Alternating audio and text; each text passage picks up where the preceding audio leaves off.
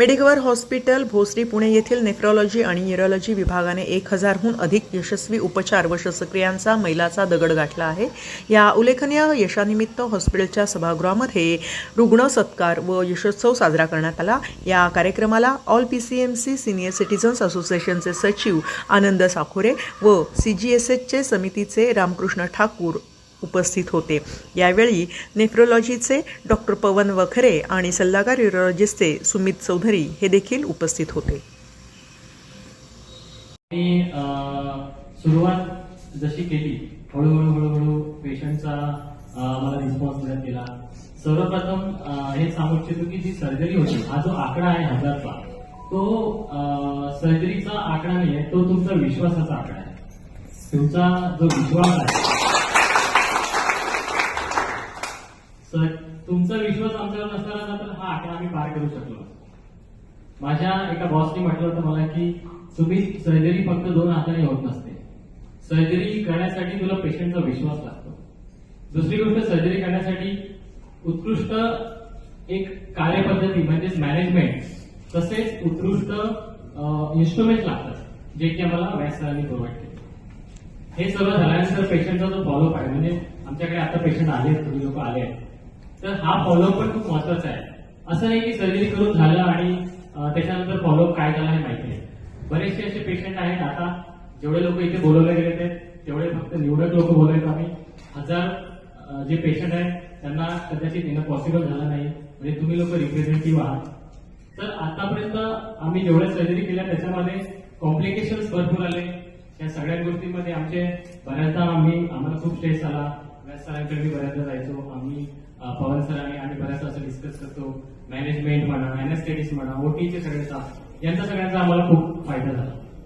तसेच हा जो टप्पा आहे, हा आता एक आम्ही असं एक म्हणू शकतो की 1000 सर्जरी करणे हा एक रिस्पॉन्सिबिलिटी आली आहे आणि एक याच्यानंतर आम्हाला अजून समोर बऱ्याचशा गोष्टी करायच्या आहेत आणि बऱ्याच सर्जरी समोर करायच्या आहेत। तर हेच म्हणू शकतो की तुमचा विश्वास मेडिकल हॉस्पिटल सोबत असू द्या आणि असंच आपण सोबत टीमवर्क करत राहू आणि बऱ्याच सर्जरी अजून करत राहू। धन्यवाद।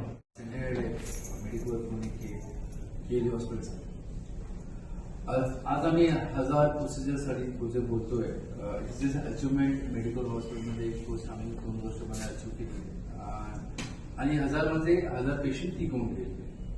त्याचा मोस्ट फॉर्मली इम्पॉर्टंटली अचिव्हमेंटसाठी आज राहिले 2 डॉक्टर्स जे आमच्या समोर बसलेले, मोस्ट इम्पॉर्टंटली डॉक्टर पवन वाकरे, डॉक्टर सुमित, डॉक्टर पवन नेफ्रोलॉजिस्ट आणि डॉक्टर सुमित न्यूरोलॉजिस्ट। बोलाय गेले हे आपल्या हॉस्पिटलचे लास्ट स्टार्टिंग पासूनच आहे। डॉक्टर सुमित 2 वर्ष झाले, पण हॉस्पिटल उघडलेला पण 3 वर्ष झाला, जास्त त्यामुळे हॉस्पिटल पण झालं। 3 वर्षापासून हॉस्पिटल इतकं चांगलं काम करतोय। राहिले किडनी ट्रान्सप्लांट द्या, लिव्हर ट्रान्सप्लांट द्या, हार्टाचा ऑपरेशन असून द्या, राहिले सगळं ऑपरेशन। जसं आता लास्ट टाइम तुम्हाला पण खूप लोकांना माहित असेल, आमच्या हॉस्पिटलला PCMC मध्ये फर्स्ट बर्न सेंटर उघडलं। फर्स्ट बर्न सेंटर PCMC म्हणजे पूर्ण PCMC मध्ये बर्न सेंटर आहे, एक्सेप्ट गव्हर्नमेंट हॉस्पिटलला। तर हॉस्पिटल, मेडिकल हॉस्पिटल एक गोष्टवर ऑलवेज फोकस करतो, अफोर्डेबिलिटीवर। ही अफोर्डेबिलिटी पण व्हायला पाहिजे, पेशंट टिकून जायला पाहिजे, ते आपण मोस्ट आमचा इम्पॉर्टंट पार्ट असतो। आणि कंटिन्युअसली मेडिकल हॉस्पिटल PCMC पार्टमध्ये कंटिन्युअसली आम्ही करत आहोत अफोर्डेबिलिटी। नोव्हेंबर 2022 ला ऍक्च्युली मी हॉस्पिटलमध्ये जॉईन केलं होतं आणि त्यानंतर तो जानेवारी 2023 ला फुल टाइम हॉस्पिटल चालू झालं। त्याच्यानंतर विदिन 6 मंथ सरांच्या मार्गदर्शनामध्ये आम्ही किडनी ट्रान्सप्लांट, म्हणजे जे आपल्या ह्या एरियामध्ये उपलब्धच नव्हतं, त्यावेळी बऱ्याचशा रुग्णांना पुण्यात जावं लागायचं किंवा मग काही लोक आउट ऑफ सिटी जाऊन पण ट्रान्सप्लांट करत होते। तर त्या रुग्णांसाठी आम्ही ट्रान्सप्लांटची सुविधा इथं उपलब्ध झाली आणि त्यामुळे बऱ्याचशा रुग्णांचा फायदा झालाय। आमच्या इथे जे ब्रेन डेड रुग्ण असतात, म्हणजे तुम्ही ऐकलं असेल की पेपरला बातम्या असतात की एका तरुणाने 6 लोकांचा जीव वाचवला, 8 लोकांचा जीव वाचवला, तर त्या पद्धतीचेही ट्रान्सप्लांट आमच्या इथे होते।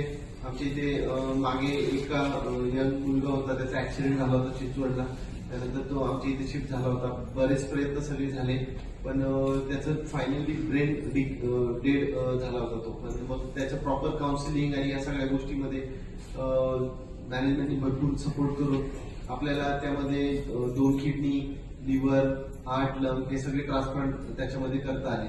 तर सांगण्याचं तात्पर्य काय आहे की आज हॉस्पिटलला बघण्याचा लोकांचा दृष्टिकोन हा प्रचंड कमर्शियल किंवा हे फक्त पैसे कमवण्याचं साधन आहे आणि हे एक सिस्टीम आहे असं बघण्याची सवय लागलेली किंवा बहुधा तसं दृष्टिकोन सगळीकडे झालेला आहे. पण याही काळामध्ये असं काही नोबेल काम अजूनही हॉस्पिटल्समध्ये चालू आहेत.